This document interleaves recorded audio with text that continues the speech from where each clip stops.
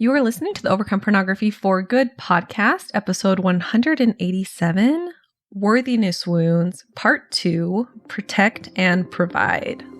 Welcome to the Overcome Pornography for Good podcast, where we take a research-based, trauma-informed, and results-focused approach to quitting porn. This approach has been revolutionary and changed thousands and thousands of lives. I'm your host, Sarah Brewer. Hey everyone, welcome to today's podcast episode. I'm getting a lot of really great feedback on that Worthiness Wounds Part 1 that we had. And I just also love that phrasing, like worthiness wounds. It just connects with a lot of us. We know exactly what I'm talking about when I say that for a lot of us. And it just, it sounds like something that is so fun for me to talk about. And, I love the, working through the pornography stuff, but you guys can tell, I don't really care as much about the porn as I do care about all the things that's happening underneath the surface that is really painful and creating unwanted behavior. So I care about the shame. I care about the buffering. I care about, those are the things I talk about. You're not going to hear me sit here and tell you how bad porn is. That's just not what we do here. We look under the surface, and the worthiness wounds, that sounds like something so fun that I would love to just talk more about. And so we're going to, talk more. We're finally doing our part 2.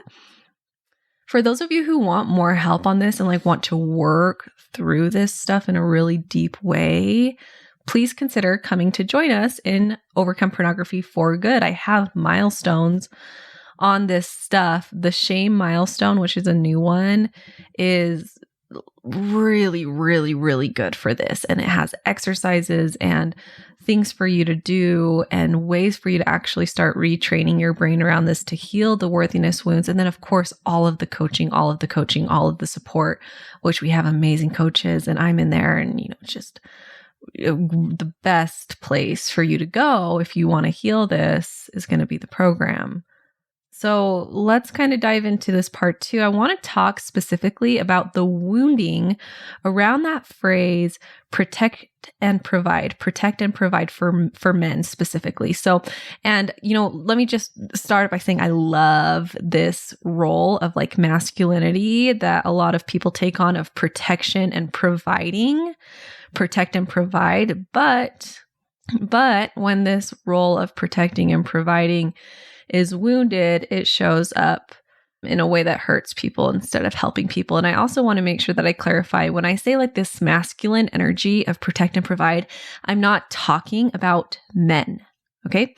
So we all have masculine and feminine energy in us. So no matter what your gender is, you have masculinity and you have femininity. It's masculine energy and feminine energy. You have both. And to have a really beautiful, balanced person, you want these energies to be balanced in a way that works really well for you and your soul. So I think, the first worthiness wounds, I'm talking a lot to men and to specifically conditioning for men. And, it's kind of similar here. We're talking to a lot of that conditioning that men get. People who are raised men and male and have this specific conditioning there, I'm kind of talking to that, but I do want to make sure that I'm very clear here that it doesn't just exist in men. And even if some of the conditioning I'm talking about, I'm saying it to men specifically, anyone can benefit from this. And when I'm talking about this masculine energy or this masculine role to protect and provide, I'm not talking about it's men's role to protect and provide. It can be anyone's role and any of that masculine energy that kind of helps that protection and providing. I mean, think about a mama bear. Women also use that role of protecting and providing. It's beautiful for both. Now, let's dive into the conditioning here and the wounding here and how we can start to heal this. So, just to recap on worthiness wounds, if you haven't listened to the first one, I would recommend going and listening to the first episode we did on worthiness wounds. But they come from systems where your worth is based off of things that, are outside of you. And so your worth is not just there. Your worth is how you act. Your worthiness is based off of how you act. Your worthiness is based off of what you do. Your worthiness is based off of, right, for men, some of that conditioning, even if it's, you can see how it's maybe not the best, but it's like might be so deeply ingrained that you can still kind of feel it. But the worthiness of, am I providing? Am I making enough money? Am I having enough positions? All of those things. Of course, there's like the religious wounding of worthiness around purity. I'm not worthy because I'm not pure. I'm not worthy because I viewed porn. I'm not worthy because I had sex. I'm not worthy because of whatever that is. That can also create a lot of wounding. And I've talked about that in other episodes. Some people really don't like it when I talk about it and how that worthiness belief actually creates a lot of problems. Some people get, well, you have to be, you're not worthy. You're not worthy if you're viewing porn, and you have to be worthy in the eyes of God to be, that's what we're striving for. We're striving for worthiness. And I like us to try to switch those words up a little bit. So instead of we're striving for worthiness, maybe we're striving for being prepared, if that word fits a little bit better for you in your belief system. But like when we're striving for worthiness, what does that really mean? It means that we're not enough. We're not worthy. And anyways, I've done a number of episodes on this, but you do not show up well when you believe that you're not worthy. When you are not worthy, you do not act in a way that really helps you exemplify your values. And it's also there's like a lot of shame behind it and kind of shame inducing. And that does a number on, psyches and can create a lot of long-term negative results if there's a lot of shame and you never feel like you're worthy enough. And so, yes, strive to be better. Yes, strive to be the best that you can be, and strive to do good in the world, and strive to, live the values that you want to live, all of that. And maybe we can avoid the label if you're not there yet, or if you're having a struggle with it, or if there's certain things you're working through. We can get rid of the "you're not worthy" label and replace it with, oh yeah, there's just some things I need to do. I need to work on. There's some things that I want to work on. There's some things I need to do to be more prepared to live the life I want, or to be more prepared to be with God, or whatever, however you want to phrase that in your own religious or spiritual beliefs. Now, again, back to this idea of worthiness wounds, they come from these systems where your worth is based off of really specific things. That can be systems where your worth is based off of, your actions, how much you have, whatever that is. These systems, they typically don't celebrate a whole person with all the things: creativity, nurturing, passion, tenacity, vulnerability. If instead favors very specific roles and very specific traits. And so even if you are this whole person with both feminine and masculine traits, feminine and masculine energy, like we all are, it's going to really favor one side of that and might shame you for the other side. And so it favoring very specific roles and very specific traits can become toxic. So an example of protect, this value of protecting and this role that you want to take on as a protector. It's so powerful and so good and so beautiful, but it can become harmful and toxic. And let me give you some examples. When the protection value is accompanied by benevolent sexism, being a protector, you're not really being a protector as much as you are being an inhibitor. So what is benevolent sexism? So benevolent sexism will show up here with this idea that maybe like I need to protect women because they're weaker than me. And I'm going to dive into this a little bit more. And I want you to put on your curiosity brain instead of your defensiveness here, because this benevolent sexism, it shows up in tons of places. And so as I talk about it, you might like start to notice it or recognize it in yourself. And that's okay. That's okay. You have it programmed into you.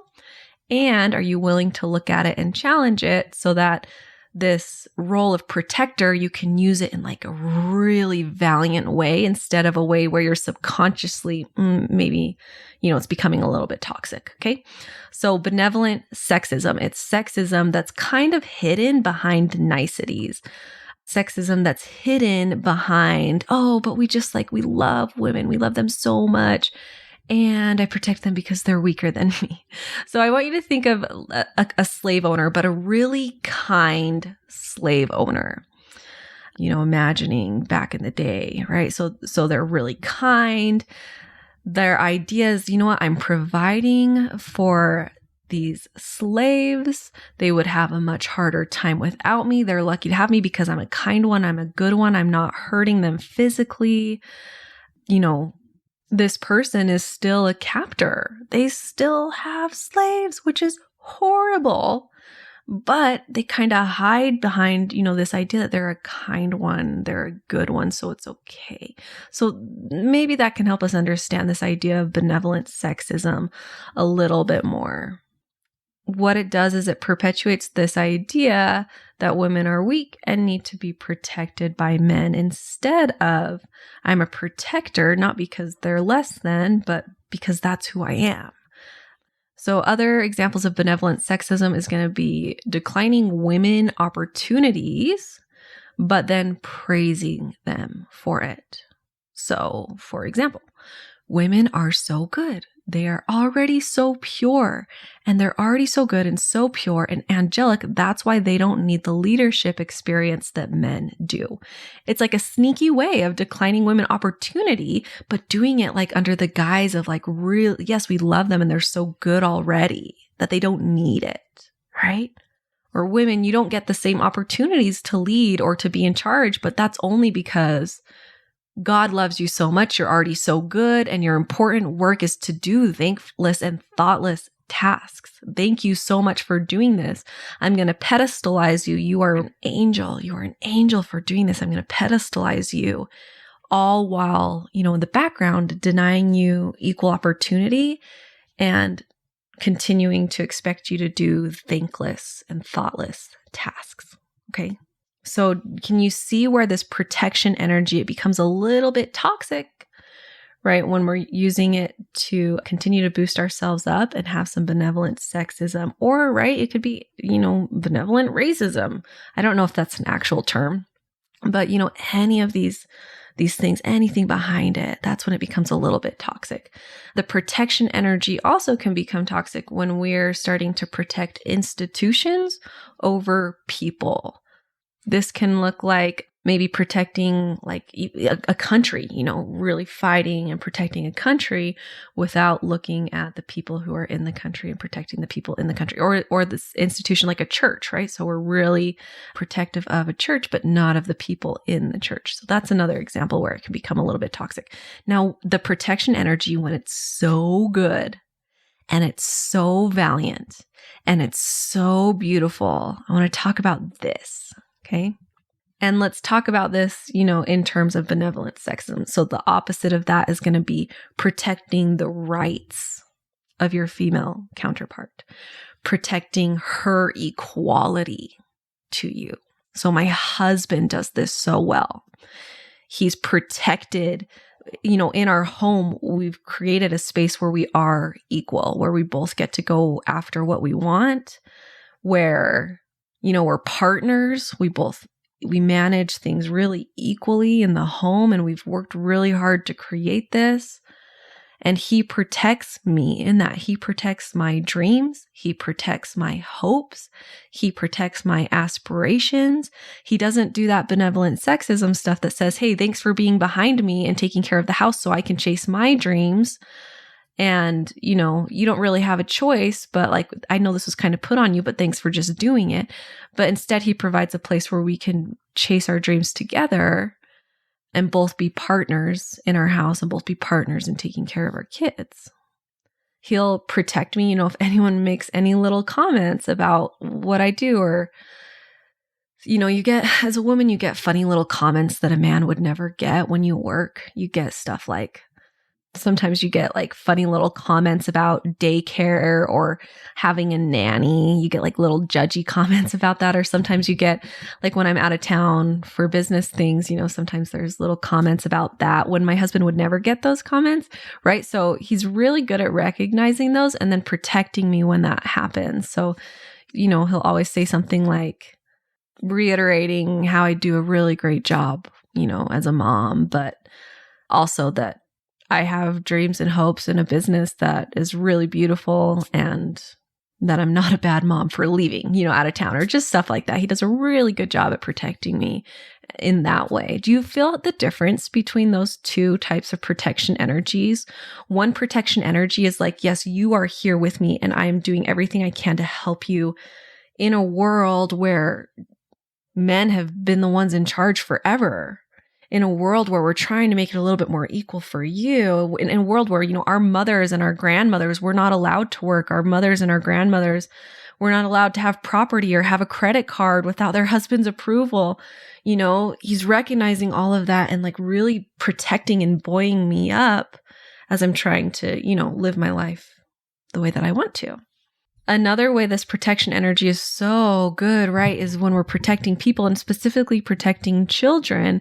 And I want to bring this up because this is something I see on, kind of a larger level that I would love to be able to change a little bit. But, protecting children and advocating for keeping children safe in a lot of different settings, and specifically, right, because we're talking about porn and because we, I know a lot of us are religious and, have these religious communities around us, advocating for keeping children safe in religious settings. And I want to bring this up because I hear all the stories and, I've heard all the abuse cases and it's just crazy how many there are. Oh my goodness.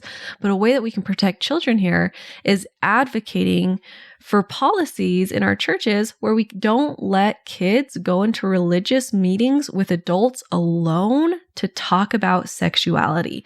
And if it's your own kids, if you have your own kids and you're raising your kids in a church, I would really, really recommend that you do this. Even if you trust that person so much, do not let your kids go into meetings alone with adult people, adult men, to talk about sexuality. It's inappropriate. It's scary. And it's not okay for minors to be doing that. If there's something they need to talk, if they feel like they have a need to confess or work through stuff, go with them. Go with them. And instead of just pushing that off on like the religious leader, you might have to do the work, and it's hard work, sometimes an awkward work, and it takes some time, especially if you haven't cultivated this before, but be that person that your child can come to these things and talk about these things with. And then if you guys want to go talk to the religious leader together, that's great. But protect your children by being that person for them, being that safe person for them. There's a lot of nuances there too, right? Because often abuse does happen in the home. And so kids do need a safe place to go and talk to about abuse that might be happening to them. And a lot of times that can be religious settings. So one other things that we can advocate for is trainings on abuse. Advocate for your churches to have trainings every single quarter on this is what abuse is, this is what it looks like, here's what to do if it happens to you.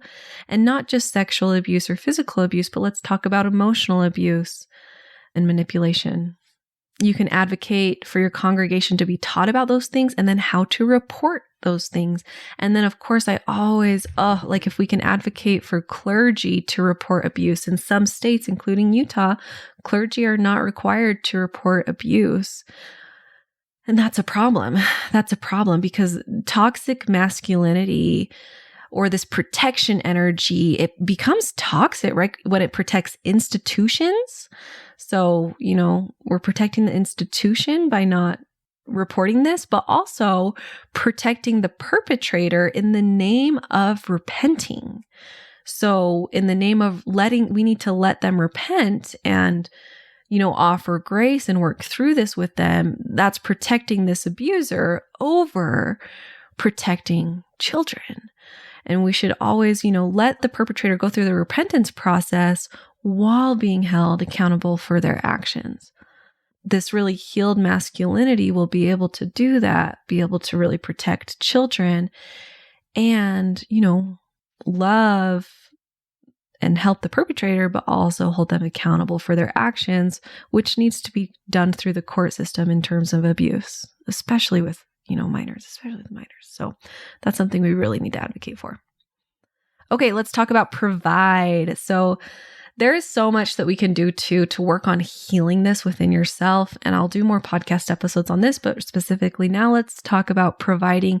And when it's that value and that beautiful part is kind of toxic, and when it's really healthy and honorable. So the providing, right? It can become toxic and harmful when worth is tied to money.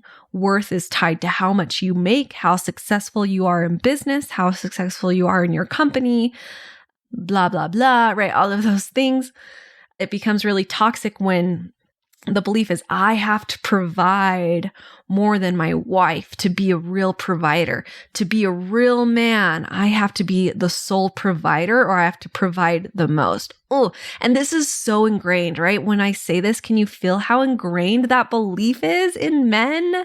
It's crazy. It sucks. And I'm so sorry that that belief has been so ingrained into you, because, what it does is it just creates so much pressure. It creates a lot of icky, hard emotion. And so when providing is solely based off of, providing equals money and equals food and shelter and all of those things, that's when it becomes toxic and unhealed. Now, when providing can become really healthy and really honorable, in my opinion, is when it not only, is talking about providing, physical things, but also providing opportunities for other people that you can provide because of your own privileges. I'm going to give you another example of really healthy and honorable, ways of providing. So my husband, he really provides me an equal partnership in marriage. That doesn't mean that we do the exact same things.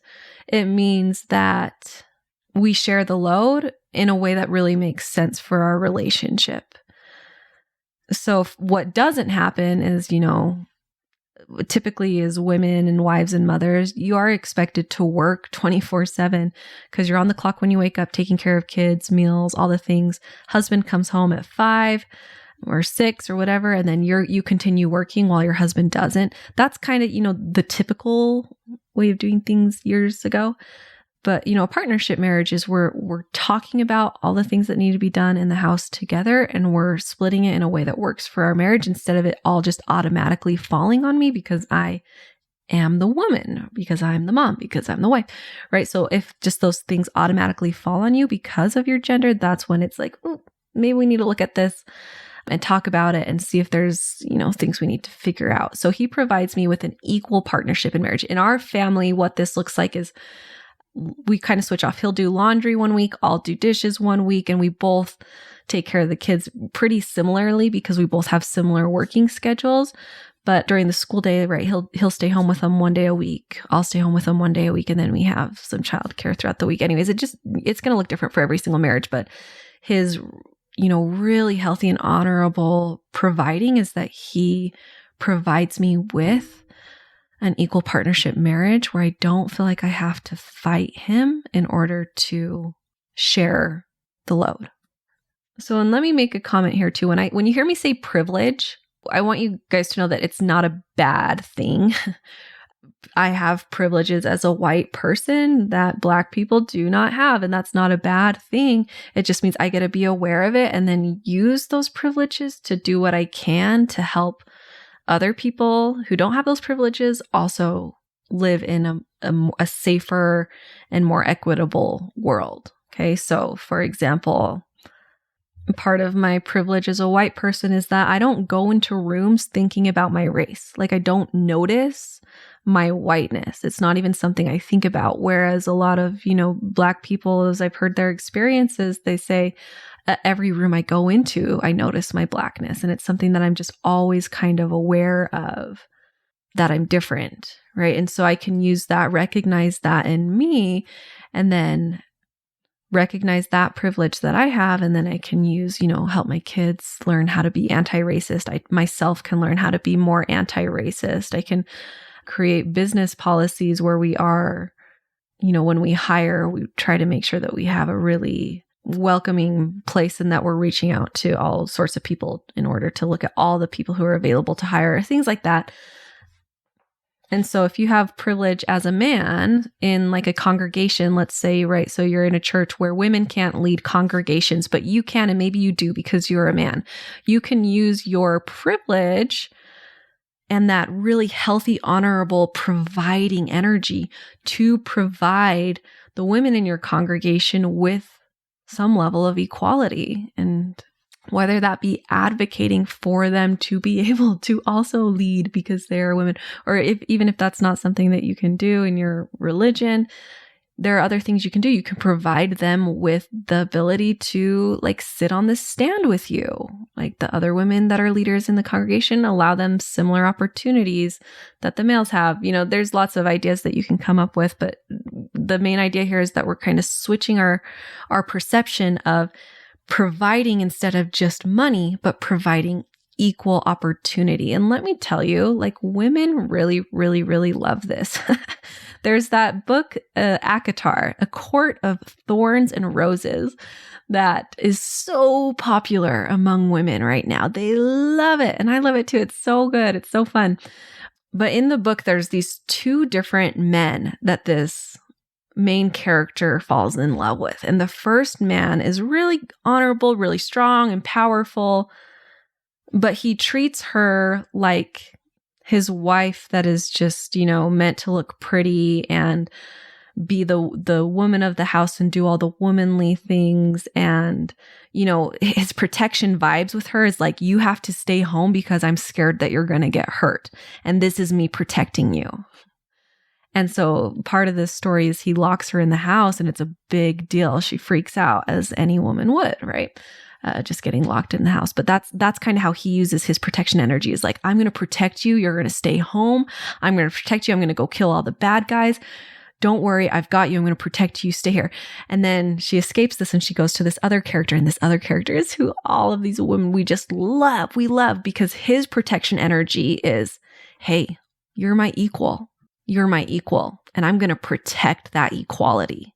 And so anyone who comes in and makes any comment about how you can't make decisions here because you're a woman, I'm protecting that. And I'm reminding them, nope, she is just as equal here in this kingdom as I am, right? So, and instead of, pushing her away and protecting her by locking her in the house or whatever that is, what he does is he protects her by helping her develop all of her gifts and skills that no one would teach her before because she was a woman. In this book, she has all of these gifts and like powers, but no one helped her develop them because, well, for a number of reasons. And so his protection and his providing energy is, let me provide you with the training that you deserve. Let me provide you with the protection of equality. Oh, can you just feel like how much more healed and like valiant and honorable that is? A great example of this is the Denmark soccer team.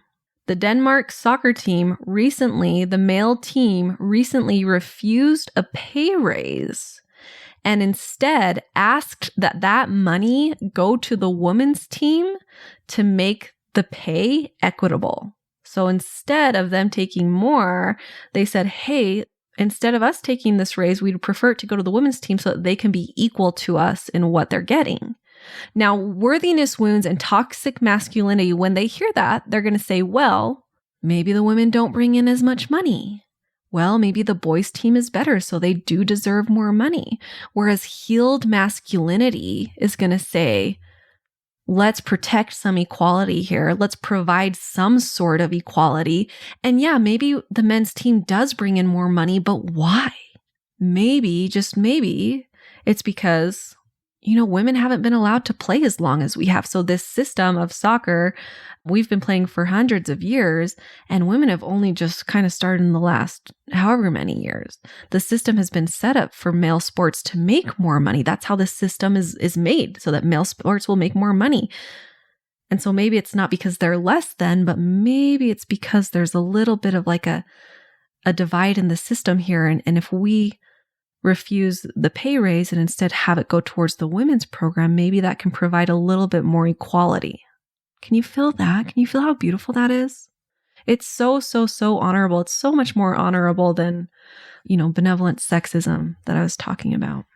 So just as a quick recap, Worthiness wounds are a big deal and they hurt. Worthiness wounds can be attached to the protect and provide masculinity roles when benevolent sexism is behind it, and when, it's just your worth is tied to money is behind it. And instead, when we start to heal our own worthiness wounds, we're enough. We're enough. I don't need to prove my masculinity. I don't need to prove that I'm strong. I don't need to prove that I'm all these things. Instead, I'm going to use my protection and my providing energy to protect other people's rights, to protect other people's equality, and to provide equality with my own privilege. Also, I'm going to use it to protect the children. I'm going to use it to protect the people who need protection. Okay. What really makes this doable is healing those worthiness wounds inside of you, that part of you that feels like you need to prove yourself. When that part is there, some of these roles become a little bit toxic. So, okay. Thanks for being here today. Thank you for listening. I loved this conversation. Let's do more. If anyone has any questions that they want to send in, you can send them to our support at sarahbrewer.com. I'm kind of thinking it might be fun to do some more Q&A episodes. So it can be questions on anything, worthiness wound stuff. It can also just any question. What are you struggling with when it comes to pornography? What can we work on? What can I help you with? Send those questions in and let's see if we can do some podcast episodes around the questions that get sent in. All right, you guys have a great week. We'll talk to you later. Bye-bye. I want to invite you to come and listen to my free class, How to Overcome Pornography for Good Without Using Willpower. We talk about how to stop giving into urges without pure willpower or relying on phone filters so that you can actually stop wanting pornography. We talk about how to stop giving up after a few weeks or months, and spoiler alert, the answer isn't have more willpower. And then lastly, we talk about how to make a life without porn easily sustainable and permanent. If you're trying to quit porn, this class is a game changer. So you can go and sign up at sarahbrewer.com/masterclass, and it is totally free.